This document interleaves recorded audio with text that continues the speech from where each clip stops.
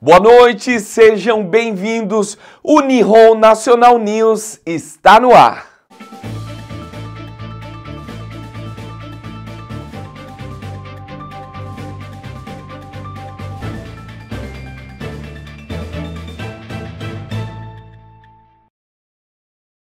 Na edição desta segunda-feira, você fica sabendo sobre tudo o que está acontecendo no Japão, no Brasil e no mundo. O nosso jornal começa agora. Nihon National News. Oferecimento especial HBN e Nihon Classificados. Sonha em trabalhar e viver no Japão? HBN Tour é a sua ponte para oportunidades incríveis. Inscreva-se agora e dê o primeiro passo para uma carreira de sucesso. HBN. Para mais informações, acesse nosso site ou entre em contato pelo telefone ou através de nosso WhatsApp.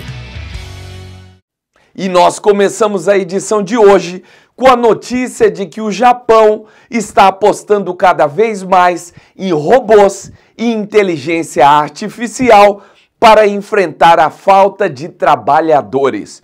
Com o envelhecimento da população e o número reduzido de jovens, as fábricas e montadoras têm investido pesado em automação industrial.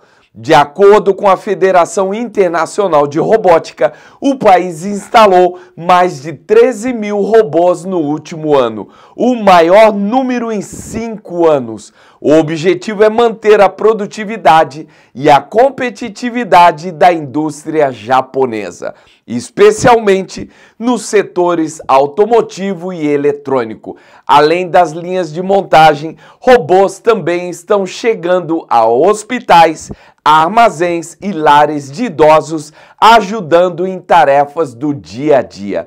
Especialistas afirmam que o avanço tecnológico é essencial para o crescimento do país, mas alertam: o desafio agora é requalificar os trabalhadores humanos e garantir que todos possam acompanhar essa transformação. Confira as principais notícias que agitaram o Japão com C.E. Rodrigues. A primeira-ministra Sanae Takaichi afirmou que o Japão vai controlar com rigor os seus programas de trabalhadores estrangeiros, incluindo limites de entrada diante do aumento de imigrantes e da preocupação pública. Ela disse que o objetivo é permitir que estrangeiros atuem legalmente em setores com falta de mão de obra, mas sem comprometer a cultura e a segurança do país. O plano inclui revisar o sistema de treinamento técnico criticado por abusos e reforçar leis sobre imigração e investimento estrangeiro.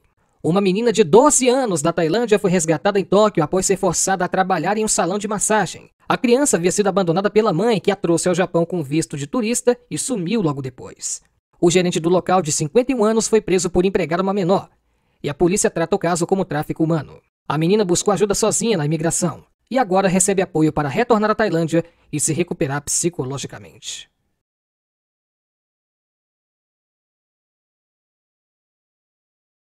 Um terremoto de magnitude 6,9 atingiu a costa de Sanrico, no nordeste do Japão, na tarde deste domingo. O tremor ocorreu a 16 quilômetros de profundidade, sendo sentido com intensidade 4 nas províncias de Iwate e Miyagi. Um alerta de tsunami chegou a ser emitido, e pequenas ondas de 10 a 20 centímetros foram registradas em portos da região, mas o aviso já foi suspenso. A JMA alerta que novos tremores fortes podem ocorrer durante esta semana. Mudando de assunto, você fica agora com as últimas informações do mundo com o nosso repórter Tiago Menezes. O supertufão Phongwong atingiu o norte da ilha de Luzon, nas Filipinas, forçando a evacuação de mais de 3.400 famílias. A região vem sendo afetada por chuvas intensas e ventos fortes que continuam avançando em direção ao norte do país. Segundo o Gabinete Provincial de Assistência Social e Desenvolvimento, 3.494 famílias buscaram abrigos em centros de evacuação espalhados por toda a província. Alguns ainda resistem em áreas de risco, mas o governo já determinou a evacuação forçada e reforçou os protocolos de segurança. Em Buzilelau, moradores tentam proteger o que resta, reforçando as estruturas das próprias casas. Sábado à noite, um apagão generalizado atingiu Kiev e Kharkiv depois de um ataque combinado de mísseis e drones russos. Segundo o governo ucraniano, subestações que abastecem centrais nucleares foram atingidas, o que reacendeu alertas sobre a segurança nuclear na Europa. Em retaliação, a Ucrânia atacou instalações de energia nas regiões russas de Belgorod e Voronezh. Mais de 450 drones e 45 mísseis foram lançados durante a ofensiva. O presidente Volodymyr Zelensky pediu as novas sanções contra o setor energético russo e mais pressão internacional sobre Moscou. O naufrágio deixou centenas de desaparecidos entre as costas da Tailândia e da Malásia. De acordo com as autoridades marítimas malaias, apenas 10 pessoas foram resgatadas com vida e o corpo de uma mulher rohingya foi encontrado neste domingo, dia 9. O acidente ocorreu na fronteira marítima entre os dois países, segundo informou o primeiro-ministro Romli Mustafa, diretor da Autoridade Marítima de Kedah e Perlis, no norte da Malásia. As buscas continuam no mar 3 dias após o naufrágio, e há suspeita de que mais vítimas ainda possam ser encontradas. O barco havia partido de Buthinau, em Myanmar, levando aproximadamente 300 pessoas a bordo. No programa The Ring, os deputados europeus David McAllister, do Partido Popular Europeu, e Mark Bottenga, do Partido do Trabalho da Bélgica, debateram o futuro da ampliação da União Europeia. McAllister, veterano do Parlamento Europeu, disse que o bloco vive um novo momento, com 10 países candidatos à adesão, entre eles Albânia e Montenegro, os mais avançados no processo. Bottenga, por outro lado, manifestou preocupação com as consequências sociais e econômicas de uma expansão apressada, lembrando os protestos de agricultores e caminhoneiros em vários países europeus. McAllister defendeu que novos membros devem cumprir critérios políticos, econômicos e sociais antes da entrada no bloco. Bottenga rebateu afirmando que o processo tem se tornado mais geopolítico do que meritocrático, citando a Ucrânia, onde há, segundo ele, problemas trabalhistas e democráticos. Duas visões distintas, mas o mesmo desafio: o futuro da integração europeia. Vamos falar sobre cultura? Confira os destaques da nossa agenda.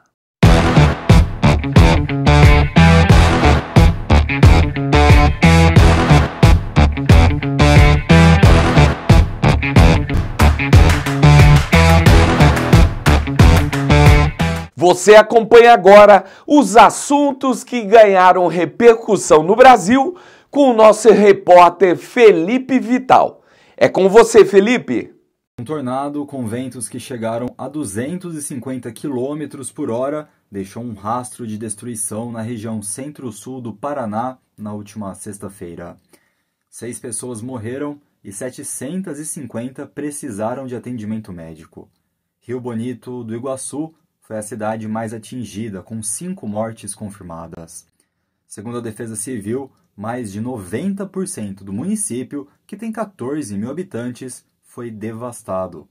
O tornado atingiu o nível EF3, numa escala que vai até 5, de acordo com o CEMEPAR, o Sistema de Meteorologia do Paraná. O fenômeno se formou a partir de um ciclone extratropical que também causou estragos no Rio Grande do Sul e em Santa Catarina. No Sudeste, o mesmo sistema provocou ventos fortes e queda de árvores em São Paulo e no Rio de Janeiro. O prefeito de Rio Bonito do Iguaçu disse que a cidade vai precisar ser completamente reconstruída. O Exame Nacional do Ensino Médio de 2025 começou nesse último domingo, dia 9. Mais de 4,8 milhões de candidatos estavam inscritos em todo o país e fizeram a primeira etapa da prova, que teve 90 questões objetivas divididas entre linguagens e ciências humanas, além de redação. O segundo dia de exame será no próximo domingo, dia 16, com questões de matemática e ciências da natureza. Em Belém, Ananindeua e Marituba, no Pará, o Enem será aplicado nos dias 30 de novembro e 7 de dezembro. Nos 2 dias de exame, os portões abrem ao meio-dia e fecham à 1 da tarde no horário de Brasília. A prova começa pontualmente à 1h30. Os candidatos só podem sair da sala a partir das 3h30 da tarde e levar o caderno de questões apenas nos últimos 30 minutos da prova. A Mega Sena, sorteada no último sábado, dia 8, terminou sem nenhum ganhador na faixa principal. Nenhuma aposta acertou as 6 dezenas e o prêmio acumulou, agora subindo de 55 para 67 milhões de reais.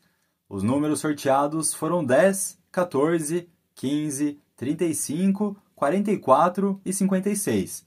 65 apostas acertaram 5 números e levaram cerca de R$44 mil cada. Outras quase 5 mil apostas acertaram 4 dezenas e vão receber R$ 952,43. O próximo sorteio acontece nesta terça-feira, dia 11, no Espaço da Sorte, em São Paulo, com transmissão ao vivo pelas redes sociais da Caixa Econômica Federal. E aí, tá se sentindo confiante? Fique agora com as notícias mais relevantes da comunidade brasileira no Japão, com a nossa repórter Franciele Tsutsumi. De ex-boxeador a missionário, Marco Sogabe largou as luvas de luta por gestos de solidariedade. Hoje, ele ajuda os moradores de rua da cidade de Nagoya, província de Aichiken, oferecendo comida, banho, amor, carinho, fé e esperança. Um dia, ele subia aos ringues em busca de vitórias. Hoje, a sua luta é outra. E o campo de batalha são as ruas do Japão. O ex-boxeador Marco Sogabe deixou para trás o mundo das competições para se dedicar a um propósito maior: levar alimento, dignidade e amor a quem mais precisa. Morando em Nagoya, na província de Aichiken, Marcos é evangelista e voluntário há mais de 10 anos, atendendo moradores de rua com o coração aberto. Ele conta que o verdadeiro chamado veio no dia 21 de novembro de 2020, data marcante não só por ser seu aniversário, mas também pelo momento em que decidiu renunciar ao maior sonho da sua vida, tornar-se campeão japonês de boxe. Desde então, o ex-atleta passou a dedicar sua vida ao evangelho e ao serviço ao próximo. Todas as quartas-feiras, ele lidera o projeto Assistência Bom Samaritano, preparando cerca de 70 marmitas, que são entregues pessoalmente aos sem-tetos de Nagoya. Mas o trabalho vai muito além da comida. Ele também oferece banho, roupas limpas e uma palavra de esperança. O projeto Banho para Todos abre as portas da própria casa do missionário para acolher quem vive à margem da sociedade. Marcos também está à frente da Missão Apoio, Bom Samaritano e do Gym Church, iniciativas que unem fé, esporte e ação social, resgatando vidas por meio do cuidado físico e espiritual. Entre panelas, marmitas e abraços, Marco Sogabe prova todos os dias que a maior vitória não é o que acontece em um ringue, mas aquela conquistada com amor, compaixão e fé. Em entrevista com a Nihon National News, Marco Sogabe fala sobre a importância do projeto. Meu nome é Marco Sogabe, eu sou idealizador de alguns projetos sociais e evangelísticos aqui no Japão. Semanalmente, a gente atende mais de 70 pessoas que vivem em situação de rua. Na grande maioria, essas pessoas são idosos. A gente busca não somente suprir as necessidades físicas, mas também as necessidades emocionais e espirituais dessas pessoas. O que leva uma pessoa a ir morar na rua no Japão é muito diferente do que a gente está acostumado no Brasil. Aqui também não tem mendigos, pessoas que ficam pedindo esmola. Muitos até se recusam a receber ajuda. Então, o nosso trabalho é todo baseado no amor, na empatia e no respeito. Eu falo que nosso trabalho é social e evangelístico porque eu acho que os dois se completam. Não adianta eu chegar dar somente o alimento físico, sendo que as necessidades dessas pessoas estão muito mais além do que uma comida. E também não adianta eu chegar e falar Jesus te ama se não amar como Jesus amou. Para um japonês, se eu falar Jesus te ama, não vai fazer sentido nenhum. Então a gente evangeliza através do amor, amando como Jesus nos amou e como Ele nos ensinou. Fazemos também mensalmente um culto, que é não somente para moradores de rua, mas pessoas que vivem em situação de pobreza no Japão. Em um ano de trabalho, a gente conseguiu batizar 7 japoneses. É um trabalho que tem sido muito abençoado por Deus. E eu gostaria de fazer um convite, se você quiser participar, conhecer nossos trabalhos, quiser se voluntariar, se você puder ser um colaborador também, porque mais de 80% das doações que a gente recebe vem através de seguidores, de amigos, pessoas que conhecem nosso trabalho através das redes sociais. A gente não tem vínculo com o governo ou com nenhuma igreja, somos cristãos de diferentes igrejas que se reúnem para ser a igreja que esses japoneses mais precisam. Entre marmitas, abraços e orações, Marco Sogabe prova que a maior vitória não está nos ringues, mas sim em cada gesto de amor que transforma vidas. Para acompanhar e apoiar o trabalho do missionário, ele está nas redes sociais, pelo Facebook, Instagram e também pelo WhatsApp. Agora nós gostaríamos de destacar quem faz o bem e transforma vidas. Vamos conhecer algumas ONGs que espalham esperança aqui pelo Japão. Esse é o Solidariedade Nihon ITV.